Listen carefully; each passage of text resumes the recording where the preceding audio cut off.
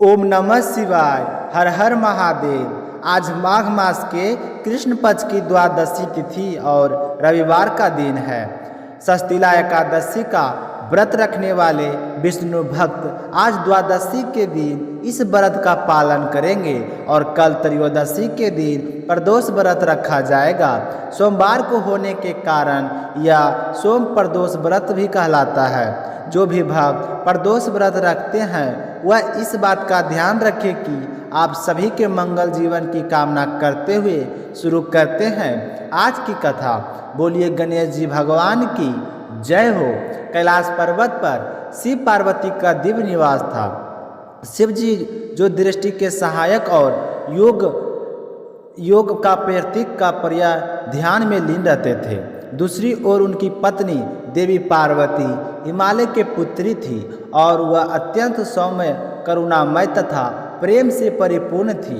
यद्यपि देवी पार्वती स्वयं शक्ति का ही स्वरूप है, लेकिन उनके हृदय में एक विशेष इच्छा यह थी कि मैं कभी मातृत्व की भावना का अनुभव करूं।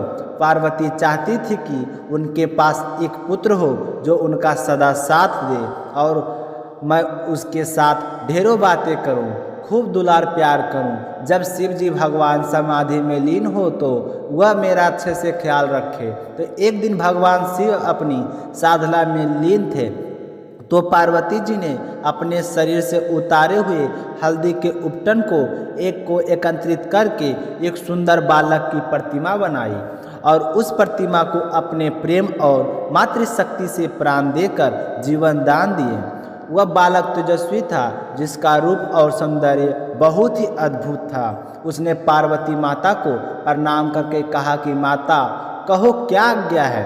तो पार्वती माँ ने उसे अपने बालक के रूप में स्वीकार किया और उससे कहा कि बेटा तुम्हारा नाम गणेश है। गणेश बहुत ही आज्ञाकारी था। वह अपनी माँ के प्रति समर्पित था।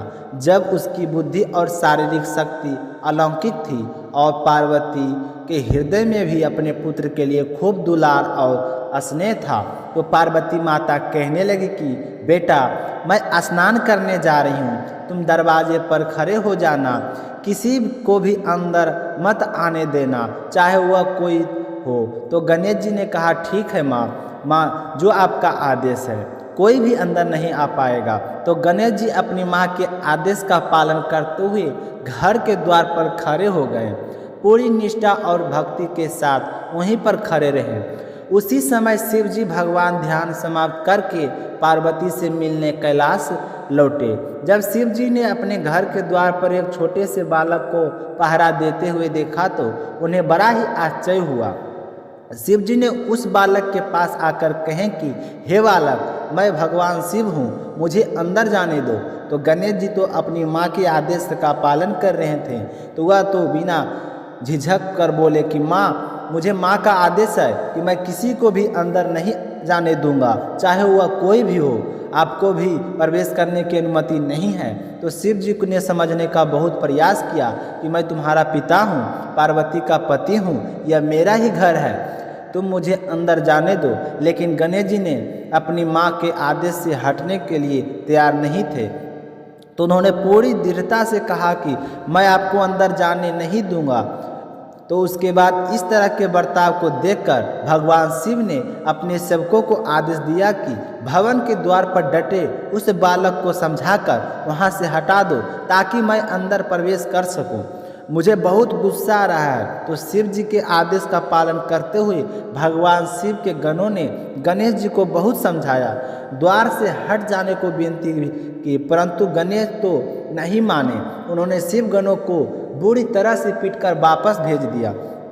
तो शिव जी के गण वापस आ गए। तो शिव जी ने पूछा कि तुम्हारा यह हाल किसने किया। तो यह बताने लगे कि उस बालक ने हमें बुरी तरह से मारा है। तो भगवान शिव सोचने लगे कि छोटा सा बालक है और इतने गणों को मार पीट कर भगा दिया। तो शिव जी को बहुत ही गुस्सा आ गया और उन्होंने अपने त्रिशूल को उठाया और गणेश जी के पास जाकर उनका सर धड़ से अलग कर दिया। गणेश जी का शरीर निर्जीव होकर शरीर पर गिर पड़ा।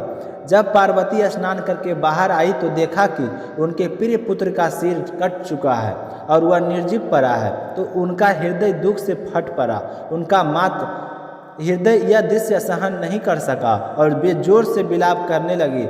समदृष्टि उनकी पीड़ा से थरथरा उठी। उनका दुख जल्द ही पर क्रोध में बदल गया।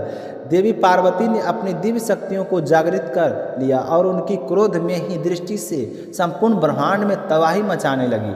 प्राकृतिक का संतुलन बिगड़ गया और समस्त देवता गण भयभीत हो गई। देवी पार्वती ने घोषणा की कि अगर गणेश को पुनर्जीवित नहीं किया गया तो मैं सारी सृष्टि का विनाश कर दूंगी। तो यह सारे देवता मिलकर शिव जी के पास गए और विनती करने लगे कि पार्वती का क्रोध किसी तरह से शांत करो, गणेश जी को पुनर्जीवित दान दो, वरना आज तो अनर्थ हो जाएगा। शिव जी को भी अपने किए गए प्रस्ताव हो रहा था, तो पार्वती के पास जाकर बोले कि पार्वती, मैंने अज्ञानतावश यह गलती कर दी और अब मैं तुम्हारे पुत्र को पुनः जीवित दान देने का वचन देता हूँ। यह कहकर शिव जी ने अपने गणों को आदेश दिया कि तुम पृथ्वी पर जाकर देखो कि कोई ऐसा बच्चा जिसकी तरह उसकी माँ पीठ करके सोई हो, उसे बच्चे को सर ले आना, उसी से गणेश वापस जिंदा हो सकता है। तो शिव जी गण के आदेश पाकर पृथ्वी लोक पर चले गए।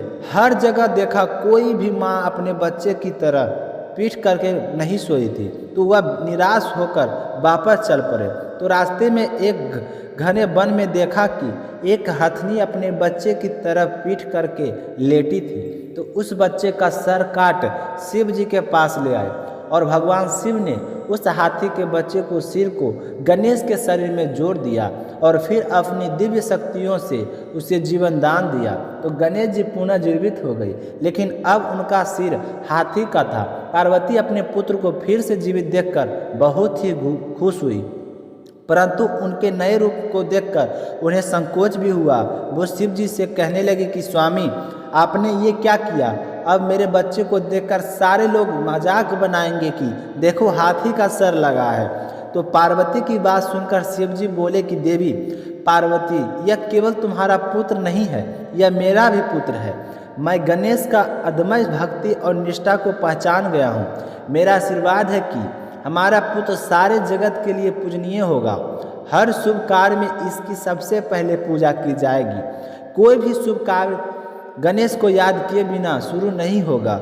यह सब विघ्नों को हारने वाला, सब बाधाओं को दूर करने वाला होगा। सारे देवता भी इसकी पूजा करेंगे।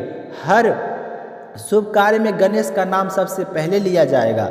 इस प्रकार गणेश जी को गणों का अधिपति गणपति के रूप में सम्मानित किया गया। उन्हें ज्ञान, विवेक और बाधाओं को दूर करने वाला देवता के रूप में पूजे जाने लगा। उनके हाथी का सिर प्रतीक बना बुद्धिमत्ता और विवेक, उनका विशाल से पेट समस्त संसार को सुख दुख को धारण करने की क्षमता का प्रतीक बना। उनकी टूटी हुई दांत ने यह संदेश दिया कि जीवन में त्याग और बलिदान की सच्ची सफलता का मार्ग है। गणेश जी की चार भुजाएं चारों दिशाओं में चार प्रकार के कर्मों की प्रतिनिधित्व करती है। उनके एक हाथ में गदा है जो इच्छा और वासना का नियंत्रण का प्रतीक है। दूसरी हाथ में जो लोगों को गलत मार्ग पर चलने से रोकती है।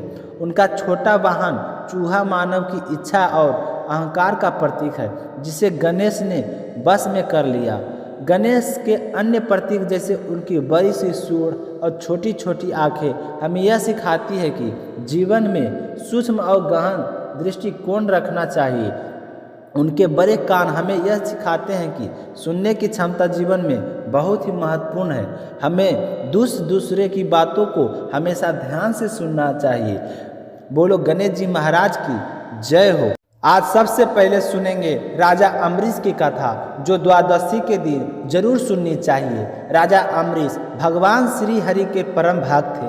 उनके पास खूब धन दौलत था, सातों द्वीप अंचल संपत्ति और अतुल ऐश्वर्य के शासक होने के बाद भी इन सब चीज़ों को सपने में के समान समझते थे।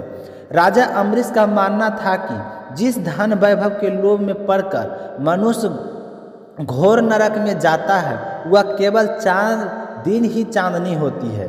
राजा अम्बरीश का भगवान श्री कृष्ण में और उनके प्रेमी संधुओं में परम प्रेम था। उन्होंने अपने मन को श्री कृष्ण के चरणों में और वाणी को भगवान के गुणों को गान करने में, कान में और हाथों को श्री हरि के मंदिर में मार्जन में और अपने कानों को भगवान की मंगलमय कथा में सुनने में लगा रखा था। उन्होंने अपने नेत्रों को श्री हरि के विग्रह व मंदिरों के दर्शन में, नासिका को उनके चरण कमलों पर चढ़ी श्रीमती तुलसी का दिव्य गंध में जो जीवों का भगवान पर प्रति अर्पित निवेद प्रसाद करते थे उन्हें संलग्न कर दिया गया।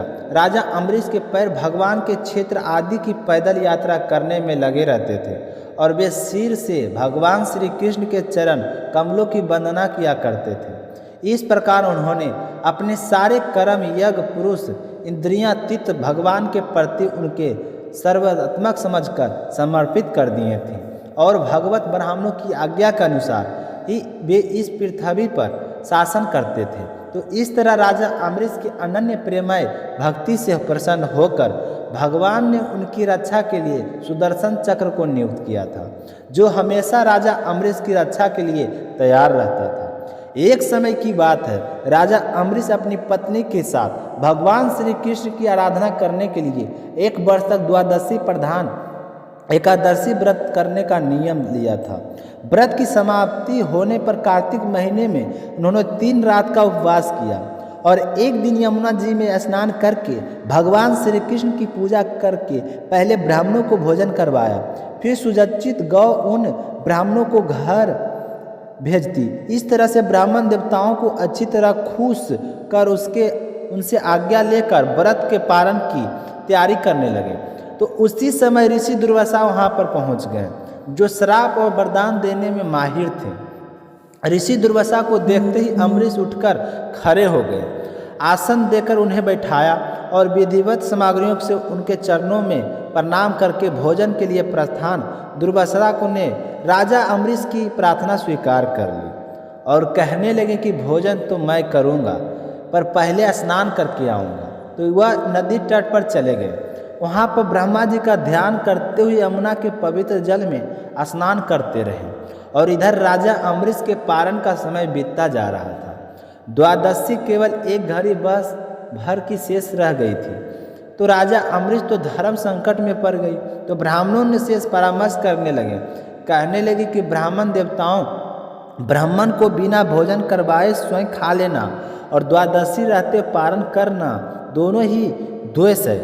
इसलिए आप मुझे कोई ऐसा उपाय बताओ जैसा करने से मेरी बतलाई हो और मुझे पाप ना लगे। मुझे क्या करना चाहिए? तो सारे ब्राह्मण विचार करके कहने लगे कि स्तुति हो, मैं ऐसा कहा गया है कि जल पी लेना भोजन करना भी है और नहीं करना भी, इसलिए इस समय तुम जल से पारण कर लोगे। तो ऐसा निश्चय करके मन ही मन भगवान का चिंतन करते हुए राजा अम्बरीश ने जल पी लिया और फिर दुर्वासा जी आने का इंतजार करने लगे। दुर्वासा जी आवश्यक कर्मों से निवृत्त होकर यमुना तट से लौटे। जब राजा ने आगे बढ़कर उनका अभिनंदन किया, तब उन्होंने अनुमान से ही समझ लिया कि राजा अम्बरीश ने पारण कर लिया है। तो उन्होंने गुस्सा आ गया। उस समय दुर्वासा जी बहुत भूखे थे, तो वह क्रोध से थरथरा कर कांपने लगे और उन्होंने हाथ जोड़कर खड़े राजा अम्बरीश से कहें कि अरे इसे देखो तो सही, यह कितना क्रूर है, धन के मध्य में मतवाला हो रहा है। भगवान की भक्ति तो इसे छू नहीं सकती। यह अपने आप को समर्थ मानता है, इससे बड़ा तो कोई है ही नहीं। इसने तो आज अधर्म का उल्लंघन करके बड़ा अन्याय किया है। मैं यहाँ इनका अतिथि बनकर आया था, पर यह मुझे खिलाए बिना ही स्वयं भोजन कर लिया। यह पर मेरे क्रोध से नहीं बच सकता। यह कहकर राजा अम्बरीश से कहने लगे कि जो गलती तुमने की है उसकी सजा तुम्हें भुगतनी ही पड़ेगी। मुझे भोजन कराए बिना तुमने व्रत का पारण कैसे कर लिया? इस तरह बोलते दुर्वासा ऋषि क्रोध से जल उठे और उन्होंने अपनी एक जटा उखाड़ और जमीन पर डाल दी। उसे एक राक्षसी उत्पन्न हुई। तो ऋषि दुर्वासा ने उससे कहा कि राजा अम्बरीश को मार डालो। तो वह आगे के समान जलती हुई हाथ में तलवार लेकर आगे बढ़े तो राजा अम्बरीश पर टूट पड़े। तो परम पुरुष परमात्मा ने अपने सेवक की रक्षा के लिए पहले ही सुदर्शन चक्र को नियुक्त कर दिया था। तो जैसे आग क्रोध से गुर्ग हुए सांप को भस्म कर देती है, वैसे ही सुदर्शन चक्र ने दुर्वासा जी की कृत्या को जलाकर ढेर कर दिया।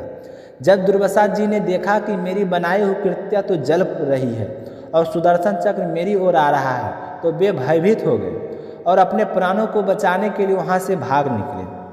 अब आगे आगे ऋषि दुर्वासा और पीछे पीछे सुदर्शन चक्र। तो दुर्वासा ऋषि भागते भागते आकाश, पृथ्वी, पाताल, अतल वितल हो गए आदि नीचे लोक, समुद्र, लोकपाल और उनके द्वारा सुरक्षित लोगों में स्वर्ग लोक तक पहुँच गए, पर सुदर्शन चक्र उनका पीछा लगा ही रहा। तो इस तरह चक्कर को अपने पीछे लगा हुआ देखकर ऋषि दुर्वासा डर गए। जब ऋषि दुर्वासा को अपनी रक्षा करने वाला कोई भी नहीं दिखाई दिया, तो वह अपने प्राण बचाने के लिए देव शिरोमणि पितामह ब्रह्मा जी के पास गए और बोले कि पितामह, आप तो स्वयं भू हैं, आप इस तेजोमय चक्र से मेरी रक्षा कीजिए, रक्षा कीजिए प्रभु, रक्षा कीजिए। तो पितामह ने कहा कि दुर्वासा जी, मैं शंकर जी के दक्ष, भर्ग आदि प्रजापति, भूतेश्वर आदि सब जिनके बनाए नियमों में बंधे हैं तथा जिनकी आज्ञा शिरोधार्य करके हम लोग संसार का हित करते हैं, उनके भगत के द्रोही को बचाने में हम असमर्थ हैं। जब पितामह ने इस प्रकार से दुर्वासा जी को निराश कर दिया, तो वह भगवान के चक्कर से डरे हुए कैलाशवासी भगवान शंकर की शरण में गए। शंकर जी से जाकर रक्षा की गुहार लगाई। तो शंकर जी ने कहा कि दुर्वासा जी, जिनसे पैदा हुए अनेक ब्राह्मण में हजारों चक्कर काटते हैं, यह चक्र उन्हीं विदेश्वर का शस्त्र है, जो अपनी जान बचाने के लिए आप उन्हीं के शरण में जाओ। विष्णु भगवान ही तुम्हारा मंगल कर सकते हैं। तो शंकर जी की बात सुनकर निराश होकर दुर्वासा जी श्री हरि का परम धाम बैकुंठ की ओर भाग पड़े। ऋषि दुर्वासा भगवान के चक्कर की आग से जल रहे थे। वे बैकुंठ पहुँचते ही भगवान श्री चरणों में गिर पड़े।